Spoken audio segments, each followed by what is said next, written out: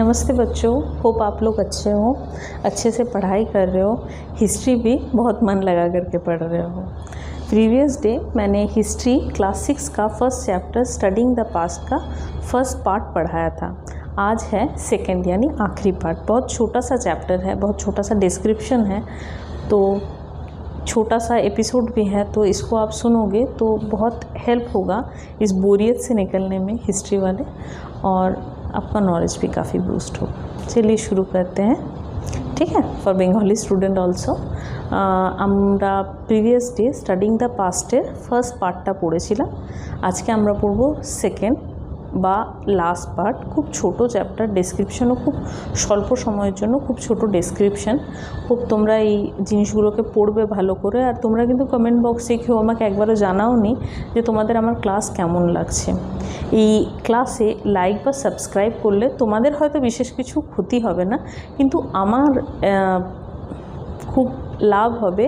এবং লাভ বলতে অন্যভাবে নয়, আমাকে একটু এনকারেজমেন্ট করা, যাতে আমি ক্লাসে আরও ভালো ইনফরমেশন জোগাড় করে তোমাদেরকে প্রোভাইড করতে পারি। আর এটা আমাকে একটুখানি সজাগ করবে আরও, যে তোমরা আমার ক্লাসকে ভালোভাবে নিচ্ছ, তো আমি সেইভাবে তোমাদেরকেও আলো ভালোভাবে পড়াতে পারবো। তো প্লিজ আমার চ্যানেলটাকে সাবস্ক্রাইবও করো আর লাইকও করো, ঠিক আছে। চলো স্টার্ট করি আজকে লাস্ট পার্ট বা সেকেন্ড পার্ট থেকে। আমরা আগের দিন আর্কোলজিক্যাল এভিডেন্সকে নিয়ে পড়েছিলাম। তো আর্কোলজিক্যাল এভিডেন্সের মধ্যে আমরা অনেক কিছু পেয়ে থাকি, যেরকম ইনস্ক্রিপশন পেয়ে থাকি, কয়েন পেয়ে থাকি, বোনস বা স্কেলিটন পেয়ে থাকি, পটারি পেয়ে থাকি। তো আজকে ওগুলো নিয়েই আমরা আলোচনা করব। चलो फॉर हिंदी स्टूडेंट मैं स्टार्ट कर रही हूँ आज का वीडियो कि ये जो आर्कोलॉजिकल एविडेंस है, ये बहुत सारे evidence like inscription, coin, skeleton, pottery, इन सब से मिलता है हमें। तो आज के वीडियो में हम लोग इसी के बारे में डिस्कस करेंगे। चलिए शुरू करते हैं। इंस्क्रिप्शन यानी कि लिखावट, रिटन नोट, ये सारा कहाँ लिखा जाता था? ये सारा लिखा जाता था पत्थरों पर, पिलर्स पे, गुफाओं की दीवारों पर, मंदिरों की दीवारों पर, या फिर क्ले टेबल पे यानी मिट्टी के टेबल पे। ये जो भी इंस्क्रिप्शन थे, ये आलोचना करता है या ये बोलता है उस समय के राजाओं के बारे में, उस समय के साम्राज्यों के बारे में उस समय में जो भी मतलब जो भी पिलग्रिम्स आए थे, जो भी टूरिस्ट आए थे इंडिया में, जो कि नॉलेज गेन करने या हमारे धर्म के बारे में जानने आए थे, उनके बारे में भी हमको पता चलता है इन इंस्क्रिप्शन से। Study of inscription is called epigraphy, यानी इंस्क्रिप्शन की स्टडी को बोला जाता है एपिग्राफी। चलिए आलोचना करते हैं इस बारे में। जैसे हमको पता चलता है कि ये जितने भी इंस्क्रिप्शन थे, जैसे हाइपोथेटिकली आप एक एग्ज़ाम्पल के तौर पर रख सकते हैं कि अशोक के जो 13 शिलालेख थे, इससे हमको पता चलता है कि अशोक कैसे शासक थे, कौन कौन से युद्ध वो लड़े थे, कौन कौन से मतलब राजाओं को वो हराए थे, उसके बाद वो कैसे नागार्जुन से बौद्ध धर्म की शिक्षा लेकर धर्माशोक बन गए, वो कैसे लोगों के वेलफेयर के लिए हॉस्पिटल्स, उसके बाद कुएं, ये नहर, ये सारा कुछ बनवाए ताकि लोगों का सुविधा हो, उन चीज़ों में लोगों का बहुत सारा हेल्प हो। और ये सारे जितने भी इंस्क्रिप्शन हैं, इनसे हमको राजाओं के अचीवमेंट के बारे में पता चलता है, राजाओं के साम्राज्यों का विस्तार कहाँ तक था, यानी मुग़ल कहाँ तक थे, कितने जगह पर थे, चोल कितने डायनेस्टी को लेकर थे, चालुक्य कितने डायनेस्टी को लेकर के थे, उस टाइम का समाज व्यवस्था कैसा था, इकोनॉमिक कंडीशन कैसे थे, ट्रेड कहाँ कहाँ होता था, यानी जो बिज़नेस होता था कौन कौन से राज्य में या देश से बाहर होता था कि नहीं, इन सब के बारे में हमको पता चलता है। जैसे कलिंग वॉर के बारे में भी हमको अशोक के शिलालेख से ही पता चलता है, ठीक है। ये सारा कुछ हमको इस इंस्क्रिप्शन से पता चलता है। फॉर बेंगली स्टूडेंट इंस्क्रिप्शन माने होच्छे रिटन नोट। এই রিটন নোটগুলো কোথায় লেখা হতো? পাথরের উপরে, লেখা হতো পিলার্সের মধ্যে, লেখা হতো গুহার বা কেভসের দেওয়ালে, মন্দিরের দেওয়ালে।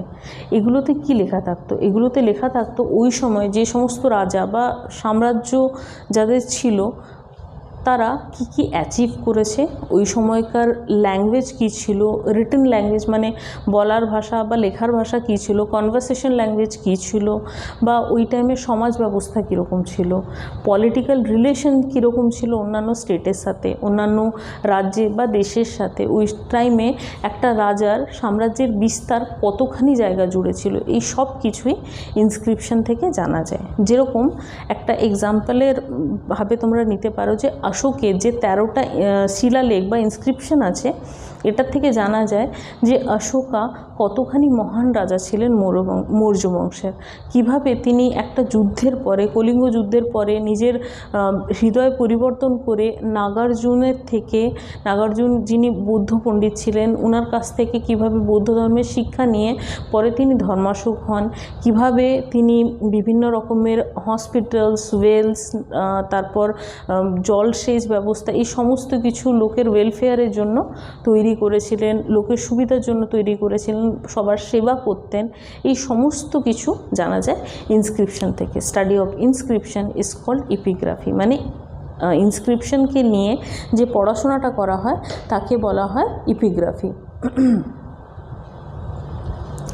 এই ইনস্ক্রিপশনগুলো মেনলি এমন জায়গাতেই লেখা হতো যেখান থেকে সাধারণ মানুষ বা জেনারেল পিপল এগুলোকে পড়তে পারে। রাজমহলের ভেতরে লেখা হতো না, মন্দিরের পিলারে লেখা হতো, শিলাতে লেখা হতো, গুহার দেওয়ালে বা মন্দিরের দেওয়ালে লেখা হতো, যাতে সাধারণ মানুষের পক্ষে সম্ভব হয় রাজার বীরত্ব সম্पर्के जानते। फॉर हिंदी स्टूडेंट ये जो इंस्क्रिप्शन थे वो मेनली वहीं पर लिखे जाते थे जहाँ पर साधारण यानी जनरल पीपल इसको पढ़ पाए, इसके बारे में नॉलेज गेन कर पाए। राजमहल के अंदर या किसी गुप्त जगह पर नहीं लिखे जाते थे, ताकि राजाओं के अचीवमेंट के बारे में लोगों को पता चले। एक और एविडेंस है coin. The study of coin is called numismatic. ठीक है, कॉइन के अध्ययन को बोला जाता है न्यूमिस्मेटिक। कॉइन से भी बहुत सारा एविडेंस पाया जाता है। आपको लगेगा कॉइन ऐसा क्या चीज़ है कि जिससे लोगों के अर्थव्यवस्था के बारे में या फिर लोगों के समाज व्यवस्था के बारे में पता चलता है? बिल्कुल पता चलता है। एक तो कार्बन डेटिंग प्रोसेस के द्वारा ये पता चलता है कि वो कॉइन कितना पुराना है। दूसरा तो हमको ये पता चलता है कि गुप्त काल के जो स्वर्ण मुद्रा थे वो यूनानियों के काल के स्वर्ण मुद्रा से उनका क्वालिटी अच्छा था। मोहम्मद बिन तुगलक के टाइम में कौन कौन से कॉइन यानी स्वर्ण मुद्राएं, तांबा की मुद्राएं, चांदी की मुद्राएं, बहुत ब्रोंज की मुद्राएं, प्रोटीन की मुद्राएं, बहुत सारे टाइप की मुद्राएं उस टाइम में आया था। उस टाइम में राजाओं ने चलाया था। ऑब्वियसली जो सोने के मुद्राएं चला रहे हैं तो उस साम्राज्य का विस्तार या उस साम्राज्य का इकोनॉमिक कंडीशन जो नॉर्मल पीतल या कांसे के मुद्राओं को चला रहा है उससे बेहतर होगा। ऑब्वियसली वो जो कॉइन में बहुत सारा राजाओं की उपलब्धियों को, राजाओं के गुणों को या उस समय के जो भी इम्पोर्टेंट एविडेंस है उस कॉइन में खुदाई किया जाता था। जैसे मैंने क्विज़ में एक दिन आपको बोला था कि समुद्रगुप्त के बीना बजाते हुए चित्र कॉइन में मिलता है, तो इससे हमको क्या पता चलता है कि समुद्रगुप्त जो थे वो कला या फिर जो शास्त्र थे, मतलब जो शास्त्रीय संगीत के बारे में उनको नॉलेज था, उनको बीना बजाना आता था, ये पता चलता है। ठीक है, एक और एविडेंस भी हमको कॉइन से मिलता है कि कॉइन, बहुत सारे ऐसे कॉइन्स हैं सिमिलर, जैसे किसी समय के कॉइन, हाइपोथेटिकली आप एक ले लीजिए कि गुप्तकालीन में जो कॉइन थे वो बाहर सुमात्रा या अदर किसी कंट्री में अगर मिलता है तो हमको उससे ये पता चलता है कि उस समय में इस कंट्री के साथ राजाओं का वाणिज्यिक यानी ट्रेड रिलेशन था, उस कंट्री के साथ ट्रेड होता था। ठीक है, फॉर बंगाली स्टूडेंट কয়েন সম্পর্কে বলি, আরেকটা মেটেরিয়ালিস্টিক এভিডেন্স হচ্ছে কয়েন। তো তোমাদের মনে হতে পারে কয়েন এমন কি জিনিস, কয়েন থেকে আমরা কি জানতে পারি ওই সময় সম্পর্কে? শুধুমাত্র কয়েনের কোয়ালিটিই দেখতে পারি, আর কি জানা যেতে পারে? অবভিয়াসলি জানা যেতে পারে, এক তো কার্বন ডেটিং প্রসেস দ্বারা এটা জানা যেতে পারে যে কয়েনটা কত হাজার বছরের পুরনো। দ্বিতীয়ত কয়েনটা কিসের, সোনা, রূপো, প্রোটিন, ব্রোঞ্জ, পিতল, কিসের?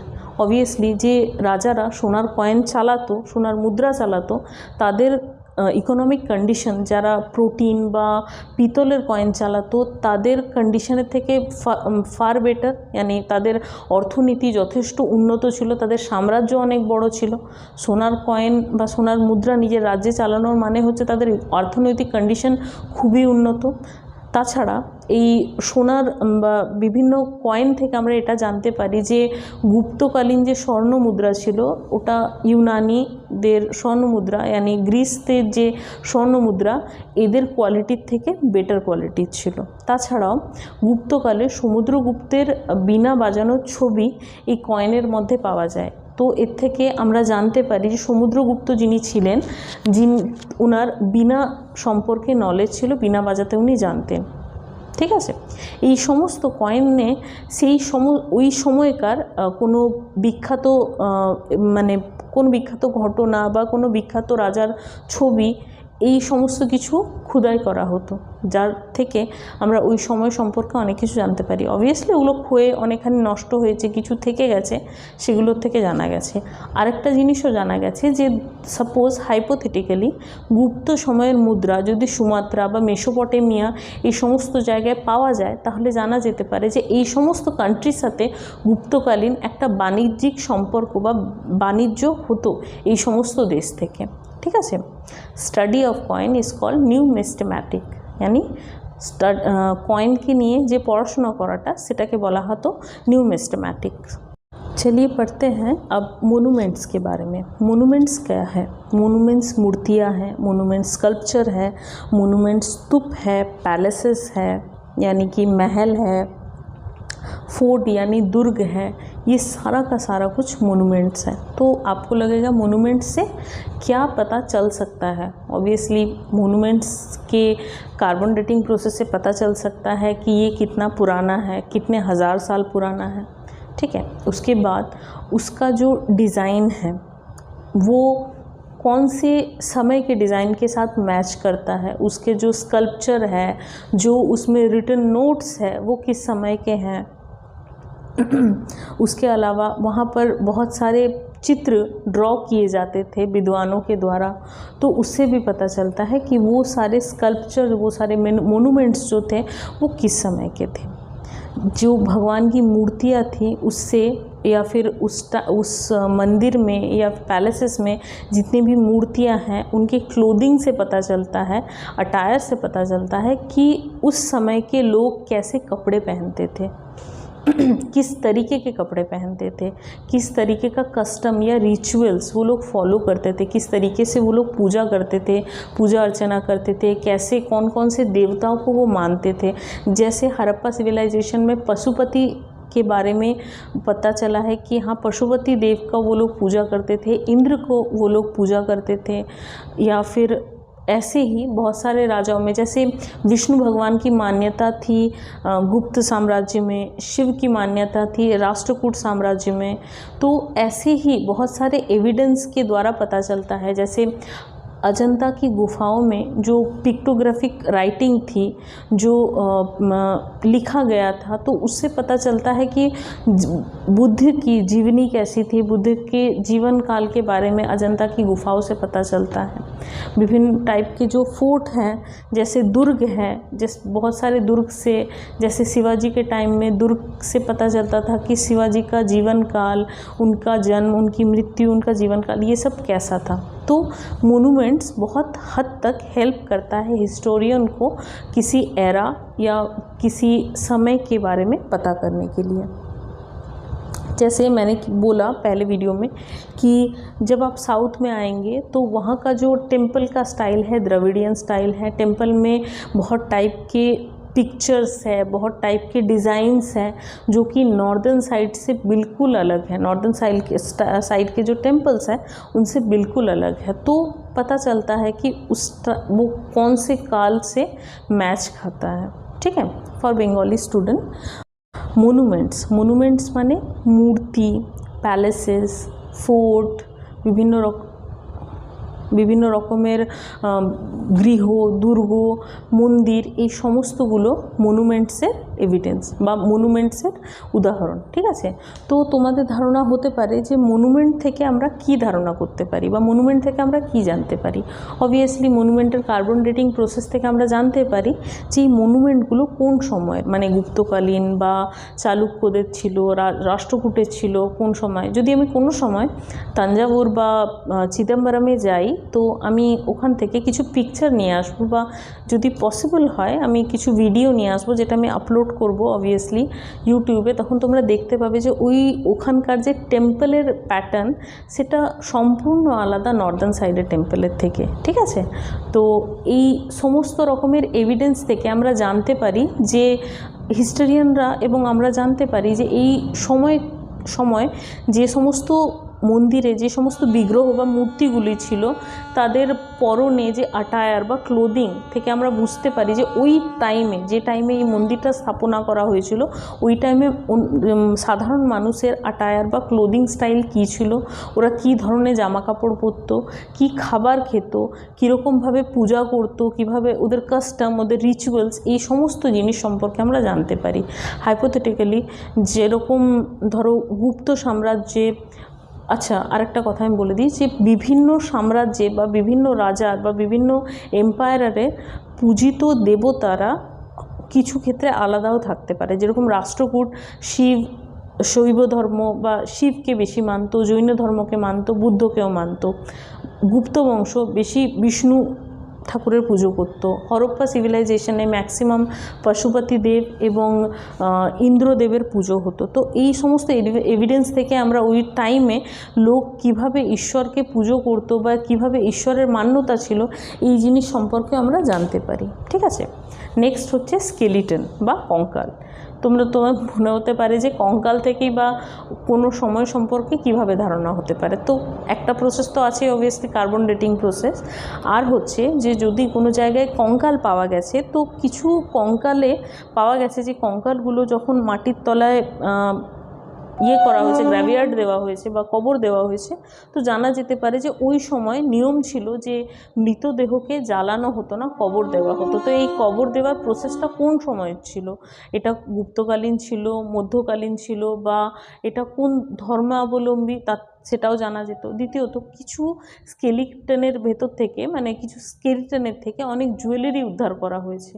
তো এই যে প্রসেসগুলো, জুয়েলারি পরে যে কবর দেওয়া, এই প্রসেসগুলো থেকে আমরা জানতে পারি যে এই মানুষটি যার কঙ্কাল পাওয়া গেছে এ কোন সময়ের ছিল বা কোন মানে সিচুয়েশনের সাথে বিলং করতো, কোন সময়কালীন মানুষ ছিল। এবং এই টাইমে হয়তো এইটাই নিয়ম ছিল যে কোনো মহিলা মারা যাওয়ার পরে বা কোনো রাজা মহারাজা মারা যাওয়ার পরে তাকে গয়না পরিয়ে তারপর কবর দেওয়া হতো। দ্বিতীয়ত ওই গয়নাগুলোরও কার্বন ডেটিং প্রসেস থেকে জানা যেত যে এই কোন সময়কালীন এই কঙ্কালটি।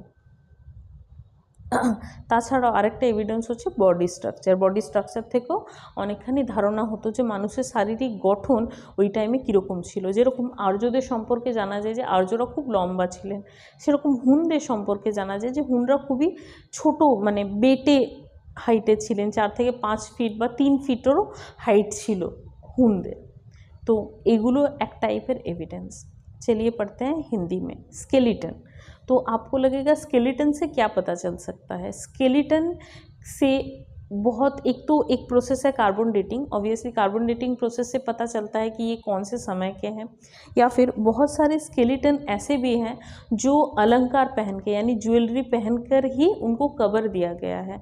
तो इससे ये जो प्रोसेस है इसको देख के पता चलता है कि ये जो कंकाल है ये कौन से वंश से या कौन से एरा से रिलेटेड है। शायद इस समय में कंकालों जो डेड बॉडीज़ को अलंकार पहनाकर, ज्वेलरी पहनाकर ही कब्र दिया जाता था, चाहे वो नारी हो, चाहे वो पुरुष हो, चाहे वो राजा महाराजा हो।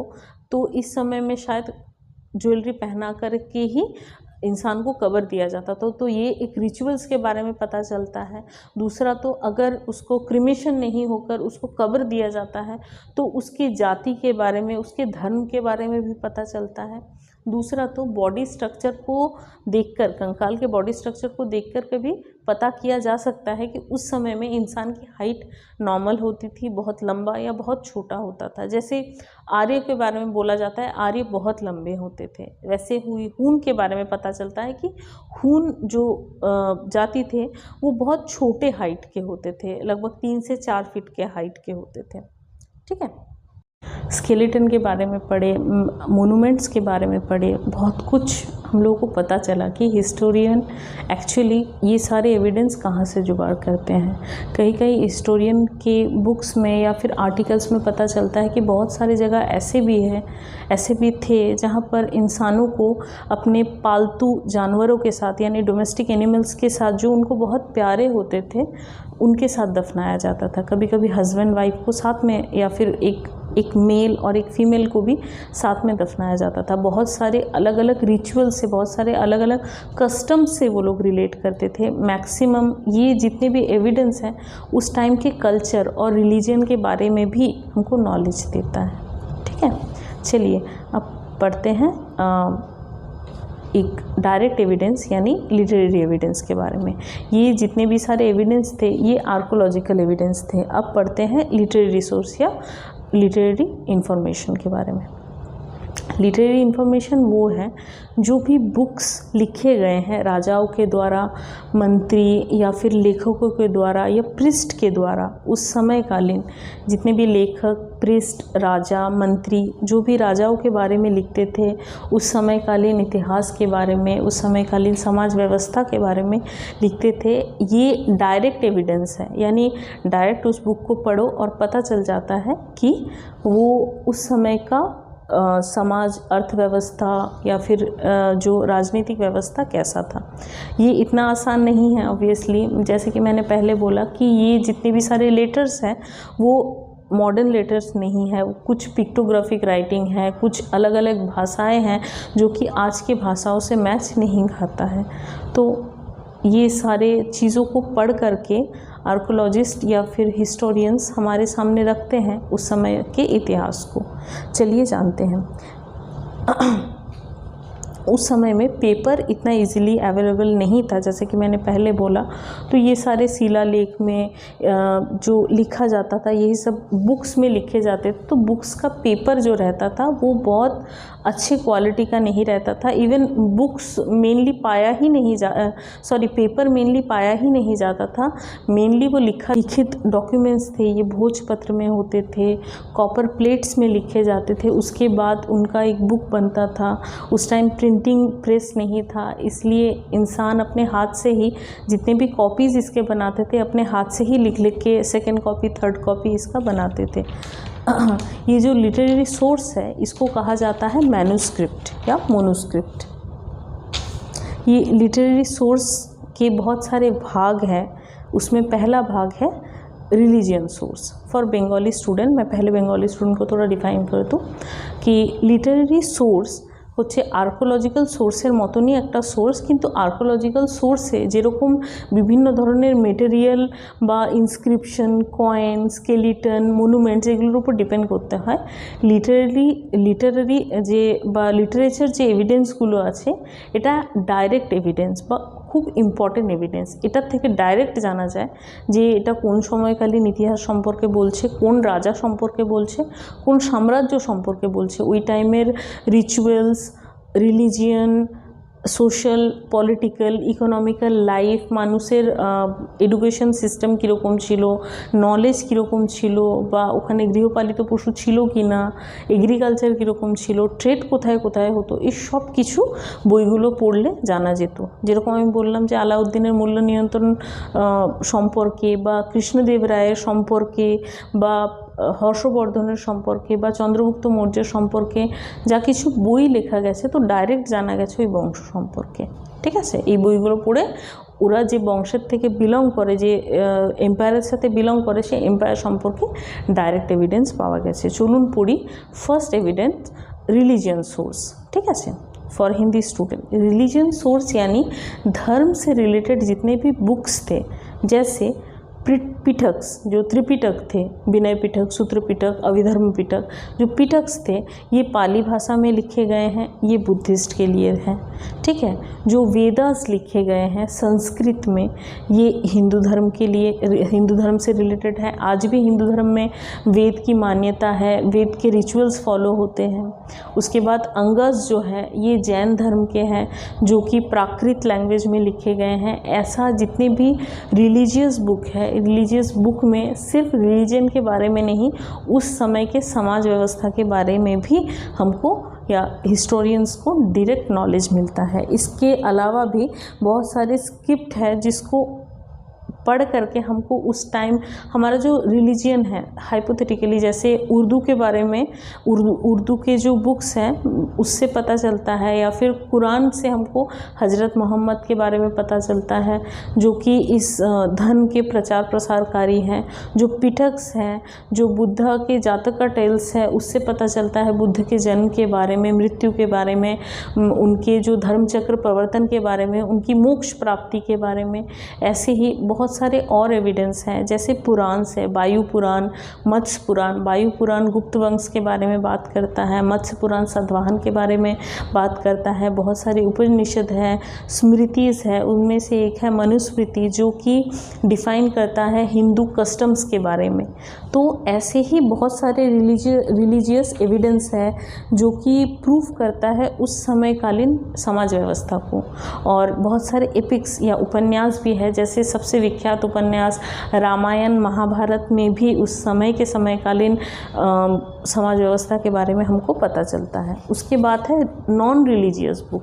बहुत सारे बुक्स ऐसे भी होते हैं जो सिर्फ रिलीजियस को ही नहीं डिफाइन करते हैं, नॉन रिलीजियस मैटर को, जैसे राजा के बारे में पता करते हैं कि राजा कितने महान राजा थे, कितने सारे युद्ध वो जीते थे, कहाँ तक ट्रैवलर्स, कौन से टूरिस्ट इंडिया में आए थे, कौन कौन सा यूनिवर्सिटी उस टाइम में था, नालंदा का प्रतिष्ठा किसने किया था, उसके बाद तक्षशिला, बुद्ध मठ, सारनाथ, ये सब का प्रतिष्ठा किन्होंने किया था, इन सब के बारे में पता चलता है नॉन रिलीजियस बुक से भी। जैसे ये सारे प्रोज यानी गद्य और कविताओं में होते थे, सोनेट में होते थे, प्ले यानी नाटक के तरीके से भी लिखा जाता था, जैसे कालिदास का अभिज्ञान शकुंतलम। उसके बाद बहुत सारे रिलीजियस नॉन रिलीजियस नॉलेज, जैसे अर्थव्यवस्था के बारे में, राजनीतिक व्यवस्था के बारे में अगर बात करें तो अर्थशास्त्र जो कि कौटिल्य का लिखा गया बुक था उससे पता चलता है। कश्मीर का इतिहास कलहन के लिखा हुआ राजतरंगिणी से पता चलता है, ठीक है। तो ऐसे सिर्फ एक नहीं, बहुत सारे बुक है। डांडी का लिखा हुआ 10 कुमार चरितम, बहुत सारा बुक्स है जो उस समय के इतिहास को हमारे सामने ले आता है कि जैसे हूबहू हम उनको आंखों के सामने ही उस समय को देख रहे हैं या पढ़ रहे हैं। इसके बाद सेक्युलर बहुत सारे लिटरेचर्स थे। सेक्युलर लिटरेचर्स यानी इंडिया में बहुत सारे पिलग्रिम्स या फिर टूरिस्ट आए थे, like Fahien, Hiuen Tsang, Ibn Battuta, Marco Polo, उसके बाद डेमियस पायस, मेगास्थनीज, ये जितने भी ट्रैवलर्स आए थे, जिन राजाओं के समय में, उन राजाओं के बारे में वो अपने किताबों में लिखे हैं। उस टाइम भारत का इतिहास, भारत की महानताओं के बारे में, भारत में कौन सा धर्म उस समय सबसे ज़्यादा पीक में था, कौन से धर्म के लोग सबसे ज़्यादा पाए जाते थे, ये कस्टम्स के बारे में ये सब कुछ लिखा जाता था। जैसे इबन बतूता जो कि आए थे लगभग तुगलक के टाइम में, मोहम्मद बिन तुगलक के टाइम में, लाइक 1333 इस टाइम में आए थे। तो उनसे पता चलता है उस समय में उनका जो बुक है रेहला, किताबुल रेहला, उनसे पता चलता है जो मोहम्मद बिन तुगलक के बारे में। उसके बाद जो आईनी अकबरी है उससे अकबर के बारे में पता चलता है। इसके बाद मेगास्थनीज की जो बुक है इंडिका, उससे सेलुकस निकेटर के बारे में, चंद्रगुप्त के बारे में, बिंदुसार के बारे में भी पता चलता है। कृष्णदेवराय के बारे में पता चलता है, डेमियस पायस जो ट्रैवलर थे उनसे पता चलता है। तो ये सारा का सारा उस समय कालीन इकोनॉमिक, सोशल, पॉलिटिकल लाइफ को डिफाइन करते थे। और है हिस्टोरिकल लिटरेचर, यानी जिस समय के राजा थे उनके राज दरबार में बहुत सारे कवि थे, बहुत सारे लेखक थे, उनके विद्वान भी थे उनके राजसभा में, तो उनके लिखे गए बुक में भी उनके बारे में पता चलता है। जैसे हर्षवर्धन के राज्य में थे बाणभट्ट के लिखा हुआ बुक है हर्षचरित, जिससे हर्षवर्धन के अचीवमेंट, हर्षवर्धन कौन कौन से साम्राज्य को जीते थे, उनका जो पॉलिटिकल लाइफ कैसा था, उनका इकोनॉमिकल लाइफ कैसा था, उनके फादर को कब मारा गया, कैसे मारा गया, उनकी सिस्टर को मारा गया, प्रभाकर वर्धन कब बैठे थे साम्राज्य में, कब हर्षवर्धन कम उम्र में सिंहासन संभाले थे, ये सब कुछ पता चलता है। और कुछ राजा भी थे जो ऑटोबायोग्राफी यानी अपने बारे में भी बहुत सारे बुक्स लिखे थे, जैसे हुमायूं ने लिखा था, या जैसे कि हर्षवर्धन की बुक्स जो थे कादम्बरी, रत्नावली, इन सब में भी उस समय कालीन इतिहास के बारे में हमको पता चलता है। फॉर बंगाली स्टूडेंट,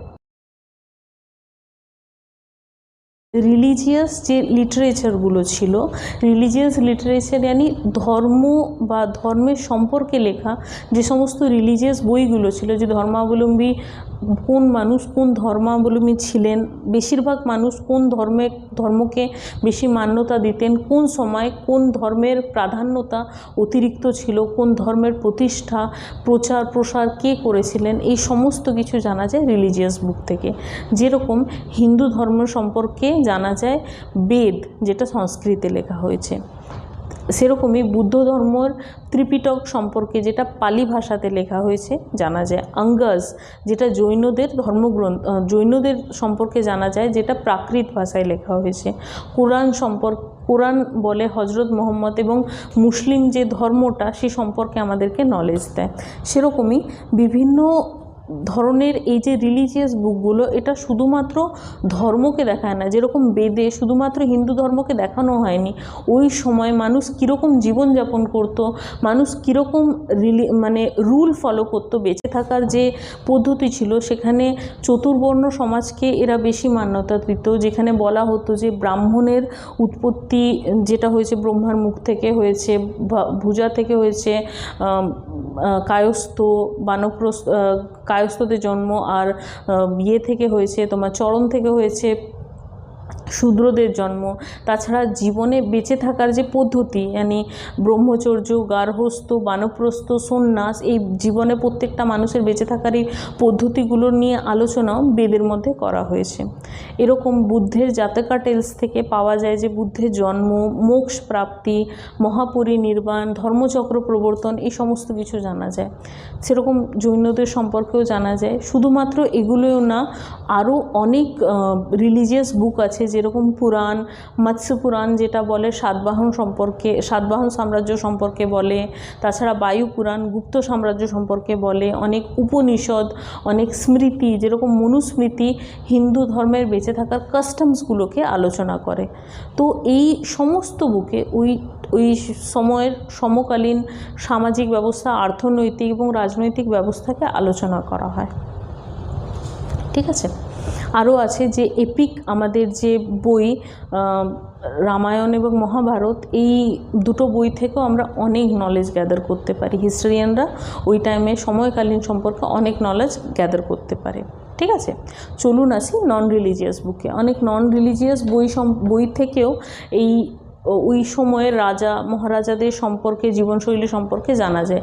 এগুলো প্রোজ মানে গদ্য, পদ্য, পোয়েম বিভিন্নভাবে পাওয়া যেতে পারে, বিভিন্নভাবে পাওয়া গেছে। যেরকম যদি জানতে হয় গুপ্ত সাম্রাজ্যের যে শাসন ব্যবস্থা, অর্থনৈতিক ব্যবস্থা বা রাজনৈতিক ব্যবস্থা, তাহলে কৌটিল্যের লেখা অর্থশাস্ত্রের মধ্যে।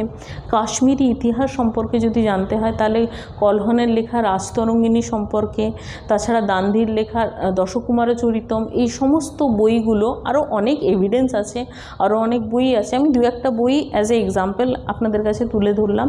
তো এই সমস্ত বই এক টাইপের এভিডেন্স হিস্টোরিয়ানদের কাছে। তাছাড়া কিছু সেকুলার লিটারেচারও ছিল, শুধুমাত্র রিলিজিয়াস বই ছাড়াও ভারতে বিভিন্ন রাজার সময় বিভিন্ন রকমের পিলগ্রিমস, ভিজিটার, ট্যুরিস্ট বা বলতে পারো যে অনেক ধরনের অনেক পথগামী যারা ভারত থেকে বিভিন্ন ধর্ম সম্পর্কে জানতে, নলেজ গেইন করতে ভারতে এসেছিল। নালন্দা বিশ্ববিদ্যালয়ে পড়তে অনেক মানুষ এসেছিল।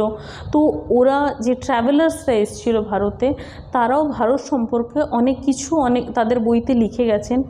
আমাদের ওই সময়ের সমাজ ব্যবস্থা সম্পর্কে ওরা নিজেদের বইতে লিখে গেছেন, যেরকম ফাহিয়েন, ইবন বতুতা, তাছাড়া মেগাস্থেনিস, সেলুকাস নিকেটরের যিনি রাজদূত ছিলেন, তাছাড়া মার্কো পোলো, ডেমিয়াস পায়েস, এই সমস্ত কিছু এরা সমস্ত কিছু নিজেদের বুকে, যেরকম ইবন বতুতার লেখা তোমার কিতাবুল রেহলা, যেটা উনি এসেছিলেন মোহাম্মদ বিন তুগলকের টাইমে। তো ওই টাইমের মোহাম্মদ বিন তুগলকের সময়কালীন ওনার যে মুদ্রা প্রচলন ব্যবস্থা বা উনি ফ্রিকুয়েন্ট মাইন্ডেড ডিসিশনগুলো নিয়েছিলেন, যার জন্য ওনাকে পাগলা রাজাও বলা হতো। তো এই সমস্ত কিছু নিজের বইতে উনি আলোচনা করেছিলেন। ডেমিয়াস পায়েসের বই থেকে জানা যায় কৃষ্ণদেব রায় সম্পর্কে, মেগাস্থেনিসের বই থেকে ভারতে সমাজ ব্যবস্থা এবং উনি যে সময়ে এসেছিলেন, চন্দ্রগুপ্ত, সেলুকাস নিকেটরে উনি রাজদূত ছিলেন, তো চন্দ্রগুপ্ত সম্পর্কেও উনি নিজের বইতে আলোচনা করেছেন।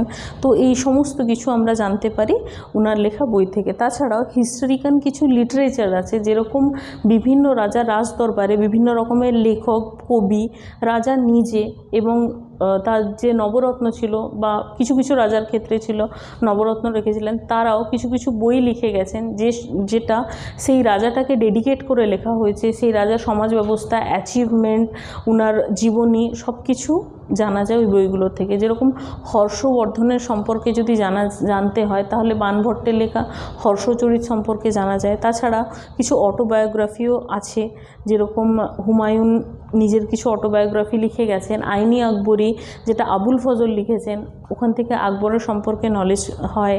তাছাড়া হর্ষবর্ধনের লেখা কিছু বই, রত্নাবলী, কাদম্বরী, এই সমস্ত বই থেকেও বিভিন্ন সমাজ সম্পর্কে নলেজ গ্যাদার করা হয়।